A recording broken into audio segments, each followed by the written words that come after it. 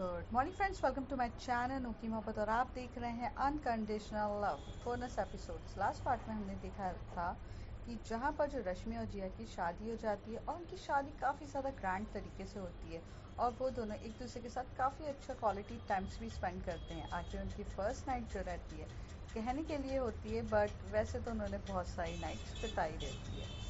दूसरी तरफ हमारी जो रिद्धि और कायरा रहते हैं वो भी एक दूसरे के साथ काफ़ी क्वालिटी टाइम स्पेंड करते हैं, क्योंकि कभी कभार रोमांस होने से ज़्यादा बेटर होता है एक दूसरे को समझना, और वो दोनों एक दूसरे से काफ़ी अच्छे से बात करके दूसरे से क्लियर कर रहे रहते हैं। फिर उसके बाद मॉर्निंग का टाइम रहता है जहाँ सूरज की तेज तेज रोशनी एकदम से रिद्धि के सर की तरफ आती है और रिद्धि की आंख खुलती है और काया तो उसकी तरफ उसके सीने पे सर रखकर सो रही रहती है, तो सूरज की रोशनी उसके ऊपर नहीं आती है। जब रिद्धि के ऊपर सूरज की रोशनी आती है तब वो एकदम से टैप करती है और बोलती है, कायरा उठो उठो। तो कायरा बोलती, प्लीज़ रिद्धि सोने दो ना, मुझे काफ़ी अच्छा लग रहा है। तभी रिद्धि कहती है कि प्लीज़ उठो, हम टेरेस पर सो रहे हैं, वो भी काउच पर, हमें हमारे रूम पर चलना चाहिए। तो कहती है नहीं अभी मन नहीं है। तो कहती है प्लीज़, सूरज की रोशनी बहुत मेरी आंखों पे आ रही है। तो फिर ये सुनते से कायरा उठती है और कहती है अच्छा हाँ ठीक है। फिर वो लोग उठते हैं और उठकर अपने रूम की तरफ जाते हैं। जैसे वो रूम की तरफ जाते हैं तभी उनको वहाँ पर अंजना आंटी मिलती है। कहती तुम लोग सुबह सुबह कहाँ से आ रहे हो, मॉर्निंग वॉक पर गए थे क्या? तभी वो बोलती नहीं मम्मा, हम लोग ऊपर टेरेस पर ही सो गए थे। तो कहते क्यों, टेरेस पर क्यों सो गए थे? रिद्धि कहती कि वो लाइटिंग्स बहुत अच्छी थी, मून लाइट्स और डेकोरेशंस अच्छा लग रहा था, तो कब नींद लग गई पता ही नहीं चला। तो कहते हैं अच्छा ठीक है, तुम लोग तैयार हो जाओ, आज तुम लोग को पता है ना कि हमें वापस जाना है। तो कहती है कि हाँ हमें वापस जाना है, तो चलो जाओ जल्दी से रेडी हो जाओ। और अब कायरा अभी सोने की सोचना भी मत, हमें जल्दी से रेडी होके जाना है। मुझे पता है तुम्हें नींद आ रही होगी और तुम कहोगी मम्मा थोड़ी देर और सोने दो, तो नॉट पॉसिबल। रिद्धि बस देख के स्माइल कर रही रहती है और कायरा कहती है दैट्स नॉट फेयर मम्मा। तो कहती है नो दैट इज़ फेयर, जाओ जल्दी से। तो ये दोनों वहाँ चले जाते हैं रूम पर, और रूम पर तो कायरा जाते से ही बेड पे लेट जाती है और बोलते कि रिद्धि तुम जाके नहा धो लो और मुझे फिर बाद में उठाना। रिद्धि को पता रहता है कि कायरा की आदत है, क्योंकि वो इतनी नींद में रहती है तो वो अभी तो नहाने नहीं जाएगी। तो रिद्धि जाती है, वो फ्रेश होती है और उतनी देर में वो पानी वानी सब गर्म तैयार करती है, कपड़े तक निकाल के रखती है कायरा के। और वहाँ पर एक नोट छोड़ती है कि जब तुम्हारी थोड़ी तुम्हें बेटर फील हो तब ये नहा लेना। और वो वहाँ से चली जाती है रश्मि और जिया की तरफ। रश्मि और जिया के डोर को वो नॉक करती है, तो उसे तो पता रहता है कि आखिर इन लोगों की फर्स्ट नाइट तो हुई होगी, दोनों काफ़ी ज़्यादा हैं। और आखिर वो नहीं चाहती थी कि आंटी या कोई आकर उन लोग को डिस्टर्ब करे, इसलिए रिद्धि ये रिक्स लेती है कि वो खुद जाएगी। जैसे वो टैप करते हैं तो अंदर की तरफ पहले तो बहुत बार टैप करती, नहीं उठाते। फिर एकदम से रश्मि कहती है जिया कोई टैप कर रहा है देखो ना। तो जिया बोलती है हाँ एक मिनट। तो जिया उठती है और अपने मतलब ऊपर वो टी शर्ट डालती है और वो रश्मि को बोलती है तुम टी शर्ट तो डाल लो, तो टी शर्ट वो भी डाल लेती है अपने ऊपर। फिर वो खोलती है गेट तो वो देख के बोलती है कि तुम्हें दोनों को तैयार हो जाना चाहिए और अब हमें शायद से अहमदाबाद जाने का टाइम हो गया हमारा। तो वो कहते अंदर तो आ, खड़े होके वहीं से बात करेगी क्या? कहती no no no no, it's your private time, मैं तो सिर्फ बताने आई थी, इससे पहले आंटी आकर बोले मुझे अच्छा नहीं लगता। तो कहती एक तू नाटक मत कर रिद्धि, अंदर आ। जिया ऐसे नींद में रहती है, उसे अंदर करती है। फिर रश्मि बोलती बोलना रिद्धि क्या हुआ? तो कहती है तुम लोग को तैयार नहीं होना। कहती यार सोने देना थोड़ी देर, तू भी आंटियों की तरह क्यों कर रही है? तो कहती क्या आंटियों की तरह कर रही हूँ मैं? जाने का टाइम है, हमारी ट्रेन है 2 बजे की, तुम्हें पता है ना, तुम्हें जल्दी होना है। और वैसे भी अभी 9 बज रहे हैं, मैं तुम्हें लेट ही उठा रही हूँ। कहती है हाँ हाँ उठ जाएंगे। मेरे को बहुत नींद आ रही है, मुझे भी सोने दो। रश्मि फिर से अपना कंबल लेके सो जाती है। जिया बोलती है कि रिद्धि तू भी सो जा, चल आ जा। तो वो कहती है अरे अरे अरे, कपल्स के बीच में कहाँ सुला रहे हो मुझे, तुम लोग तैयार हो, मैं ज़रा अरेंजमेंट्स वगैरह देख लेती हूँ, पर जल्दी से रेडी हो जाना। तो कहती है ठीक है। फिर यहाँ से रिद्धि चली जाती है। अब रिद्धि जैसी नीचे की तरफ जाती है तो अपने पापा से मिलती है, उन्हें ट्रीट करती है और पापा को बोलती है आपने दवाई वाई सब खाई है ना? तो कहते हैं हाँ मेरी दवाई वगैरह सब खा लिए, तुम देख लो। तो वो सारे अरेंजमेंट्स होते हैं, फिर कितना बहुत सारी चीज़ों का जो कैलकुलेशंस होता है, लाइक पैसों से रिलेटेड, क्योंकि अगर आप किसी के रिसोर्ट को छोड़ के जाओगे तो आपको चेकआउट भी तो करना ही पड़ेगा। तो चेकआउट का जितना भी पेमेंट्स वगैरह जो सब चीज़ें होनी रहती है वो सब करती है। 12 बजे आई मीन 11 बजे इन लोगों को चेकआउट करना ही रहता है। तो ये लोग वहाँ पर जाके बात कर रहे रहते हैं। उसका सारा चीज़ें जो रिद्धि अपनी तरफ से देख रही रहती है, जो भी पैसा देना रहता है कम ज़्यादा। तभी वहाँ से रश्मि की मम्मी आके बोलते हैं कि नहीं रिद्धि तुम मत दो। तो कहती है आंटी हम घर पे जाकर देख लेंगे, अभी फ़िलहाल मुझे पे कर लेने दीजिए। तो यहाँ पर रिद्धि ही सबका पूरा चेकआउट करती है, पे करती है, हर एक चीज़ों का करती है। ये लोग तीनों तो आराम से सो रहे रहते हैं। फिर कायरा को होश आता है कि यार नहीं मुझे तैयार हो जाना चाहिए, बहुत देर हो गई। करीब 10:30-11 बजे ये लोग तैयार होकर सब के सब आते हैं चेकआउट करके। 10:30 पे 11:30 पे पूरे तरीके से चेकआउट होकर ये सब लोग नीचे बैठ जाते हैं। फिर ये लोग लोगों ने ब्रेकफास्ट तो बाकी सब लोगों ने किया रहता है, लेकिन रिद्धि ने नहीं किया रहता क्योंकि रिद्धि अपना ब्रेकफास्ट कायरा और जिया और रश्मि के साथ ही करना चाहती थी। तो फिर ये जाती है वहाँ पर ब्रेकफास्ट करने बैठती है और ये लोग आराम से ब्रेकफास्ट कर रहे रहते हैं सब के सब। तभी वो कहती है यार अब फिर से ट्रेन का सफ़र, इस बार बोगी पास में है ना। तो कहती हाँ इस बार तो है। तो कहते चलो चलते हैं। फिर ये लोग सब तैयार होते हैं। फिर ये रेलवे स्टेशन की तरफ चले जाते हैं और वहाँ से अपने खाने पीने मतलब वॉट एवर वो लोग को जो भी चाहिए रहता है वो सब लेकर ट्रेन की तरफ चलाते हैं। फैमिली सब बहुत ज़्यादा एक्साइटेड होती है कि finally they are get married, और ये लोग भी काफ़ी ज़्यादा खुश रहते हैं। जो रश्मि रहती है वो काफ़ी ज़्यादा सुंदर दिख रही रहती है क्योंकि वो न्यूली ब्राइड रहती है, और जब न्यूली ब्राइड रहते हैं तो उसका एक अलग ही ग्लो रहता है जो उसके चेहरे पे रहता है। तो लोग बहुत ज़्यादा देखे जा रहे थे सबको। तो खासकर रश्मि को ज़्यादा पॉइंट आउट कर रहे थे क्योंकि जिया ने तो इतना मेकअप किया भी नहीं था। रश्मि ने ही ज़्यादा मेकअप किया था तो उसको पॉइंट आउट करे जा रहे थे। तो जिया बोलती है रिद्धि की तरफ यार ये लोग मेरी वाइफी को इतना घूर घूर के क्यों देख रहे हैं। तभी कायरा बोलती है ma'am the Rashmi ma'am was looking so beautiful and hot also, तो इसलिए तो देखेंगे ही ना, और वो इतनी ब्यूटीफुल है तो यार सभी की नज़र जाएगी। तो कहती यार तो मुझे मेरी वाइफ को प्रोटेक्ट करना चाहिए यार, गंदी नज़र मत डालो। तो रिद्धि कहती है वो ऑलरेडी प्रोटेक्टेड है क्योंकि वो आँखों मीन्स मंगलसूत्र और उसने ऑलरेडी मांग भरी हुई है, तो ऑफकोर्स कोई भी जान लेगा। कहता है नहीं नहीं उनको पता होना चाहिए कि उनका पति मैं हूँ। तो जिया थोड़ा एटीट्यूड में कहती है। तो जिया जाते से ही एकदम से रश्मि का हाथ पकड़ती है और कहती है तुम ऐसे अकेले मत भागो, तुम मेरी वाइफ हो। तो कहती है वो तो सभी को पता है। तो कहती नहीं नहीं यहाँ के लोगों को नहीं पता है ना। तो कहते तो सबको क्यों बताना है तुम्हें, तुम क्या झंडा गाड़ोगी यहाँ पे सबके खड़े होके। तो वो कहती है कि नहीं लोग तुम्हें गलत नज़र से देखें ये मुझे पसंद नहीं है। तो कहती है अच्छा ठीक है जो है चलो अभी। फिर यहाँ पर रश्मि ऐसे बोलकर रेलवे स्टेशन पे चढ़ जाती है। जो रिद्धि रहती है उसका उस जो कायरा रहती है वो रिद्धि का हाथ पकड़ती है। रिद्धि बहुत ज़्यादा प्रोटेक्टिव होती है कायरा के लिए भी। उसका प्रोटेक्टेड नेचर कभी रिस्ट्रिक्टेड नहीं होता है और ना पॉजेसिव होता है, वो बस ध्यान रखती है। ये लोग जाते हैं अपने अपने सब बैठ जाते हैं और इस बार पूरी फैमिली एक साथ बैठती है। अब इन लोगों को अलग अलग नहीं बैठना रहता है। तो थोड़ी मस्ती मजाक चल रही रहती है, सब गेम्स खेलते हैं, कार्ड गेम्स होते हैं, थोड़ा लूडो तक गेम खेलते हैं। ये लोग मोबाइल्स में लूडो खेल रहे रहते हैं, हर एक एक चीज़ मस्ती मजाक करके फाइनली ये लोग चलते हैं। फिर जब रात का टाइम होता है तो सब डिनर करके सो जाते हैं और टुमारो मॉर्निंग में वो लोग पहुंच जाते हैं। जैसे सब लोग अहमदाबाद पहुंचते हैं तो जिया और रश्मि अपने फ्लैट की तरफ जाती हैं। हालांकि उन्हें नहीं जाना चाहिए था क्योंकि उनको कुछ रस्में रहती हैं, बट उनके मॉम एंड डैड भी बड़े कूल थे क्योंकि उन्हें पता था कि बच्चे अब अलग तो रह नहीं सकते हैं, तो वो लोग भी कुछ नहीं बोलते हैं और वो फ्लैट में चले जाती हैं अपना अच्छे से तैयार। फ्लैट को भी पूरा रिनोवेट कराया जाता है क्योंकि जिया की मम्मी ने पूरा फ्लैट को रिनोवेट करवाया था क्योंकि एक अच्छा होना चाहिए, एक वाइब्स अच्छी आनी चाहिए कि finally they are newly couples. तो बहुत अच्छे से इन 3-4 दिनों में पूरा फ्लैट रिनोवेट हो जाता है उनका।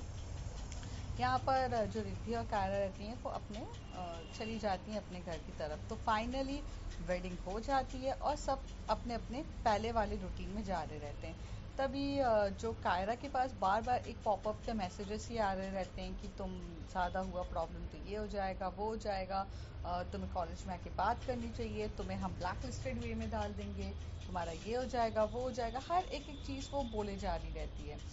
तभी रश्मि को तो काफ़ी रिद्धि को तो काफ़ी ज़्यादा फिक्र होने लगती है कि कि अगर कायरा के लिए इतने ज़्यादा नोटिस आ रहे हैं तो हमें जाना चाहिए। तो वो नीचे जाती है और अपने पापा से बात करती है। तो उसके पापा कहते हैं कि तुम्हें लगता है तो तुम जाओ, मैं कभी किसी चीज़ के लिए मना नहीं करता हूँ। तो कहते हैं कि हाँ, मैं कायरा के साथ जाती हूँ, चीज़ें देखते हैं। तभी उसके पापा भी थोड़ा सा वरिड होके बोलते हैं, are you sure you want to go and this thing, Kaira क्या रेडी है इस चीज़ के लिए? तो तभी रिद्धि अपने पापा की तरफ देखकर बोलती है, पापा रेडी हो या ना हो फ़र्क ये नहीं पड़ता है। फ़र्क ये पड़ता है कि यार कभी ना कभी चीज़ों को फेस करना ज़रूरी है। हम हर चीज़ से नहीं भाग सकते हैं। और फिर कायरा को ये फेस करना पड़ेगा, आखिर उसकी स्टडीज़ का मैटर है। और जो चीज़ हो गई है उस पर ज़्यादा शॉक नहीं होना चाहिए। तो ये बोल के थे तो कायरा वहाँ पर बैठी रहती है और कायरा अपना अनपैक कर रही रहती है पूरे कपड़ों को, और कौन सी चीज़ें उसे लॉन्ड्री में डालनी रहती है वो सब कुछ कर रही रहती है। तभी रिद्धि कहती है, अच्छा सुनो, ये वाला बैग अनपैक मत करो। तो तभी कायरा बोलती है, क्यों ये बैग क्यों नहीं अनपैक करेंगे, इसमें हमारे यूज्ड कपड़े हैं ना, तो हमें अनपैक करना चाहिए। तो कहते हैं कि हाँ बट हमें कल दिल्ली जाना है, तो हमें अभी तो फ़िलहाल तुम अनपैक मत करो, बाकी सब चीज़ें हम दे देंगे। तो कहती है, कायरा बोलती है, दीदी आर यू सीरियसली हम दिल्ली जाएंगे? तो कहती है, हाँ बेबी हम जाएंगे, और हमारा जाना बहुत ज़्यादा ज़रूरी है, क्योंकि अगर चीज़ें तुम्हारी स्टडीज़ और तुम्हारे करियर से रिलेटेड नहीं होती तो मैं चीज़ों को अवॉइड कर सकती थी, but we can't ignore your career ना। तो कहती है, इट्स ओके फाइन, मैं यहाँ ट्रांसफ़र ले लूँगी। तभी वो उसका हाथ पकड़ती है कायरा का और बोलती है, बैठो, ट्रांसफ़र लेने के लिए भी तुम्हें एक बार तो दिल्ली जाना पड़ेगा।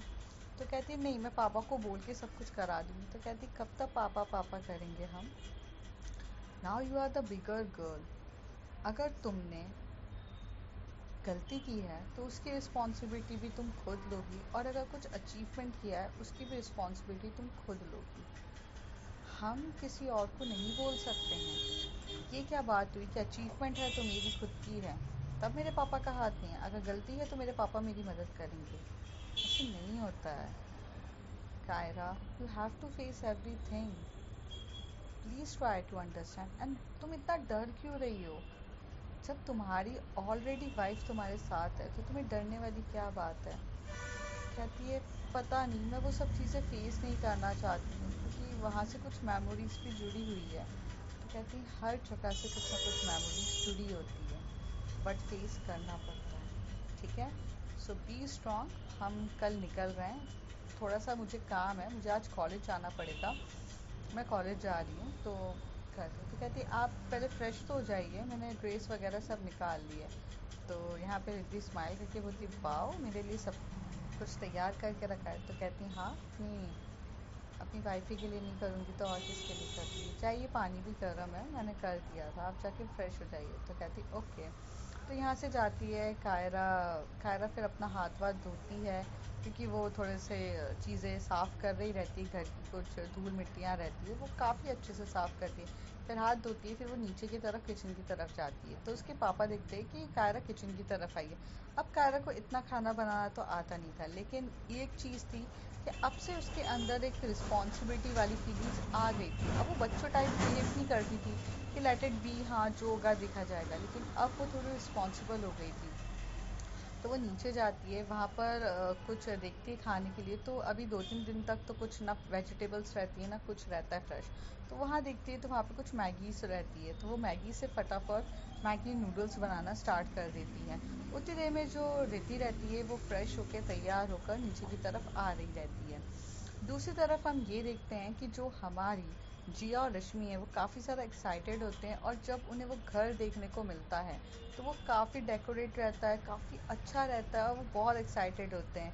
तभी वो फ़ोन करती है जिया अपनी मम्मी को और कहती है कि मॉम, ये घर आपने डेकोरेट कराया है? तो कहती है कि हाँ, क्यों, अब तुम लोग मैरिड कपल हो, न्यू तरीके से नई लाइफ जियोगे, तो हर चीज़ें कुछ न्यू न्यू होनी चाहिए ना, हर टाइम तुम क्या बोरिंग चीज़ों को ही लोगे? तो वो अपने मॉम को बोलती, thank you so much mom, it was definitely so lovely, I love it, the interior what you did it, बहुत अच्छा लग रहा है मुझे, मतलब बहुत है।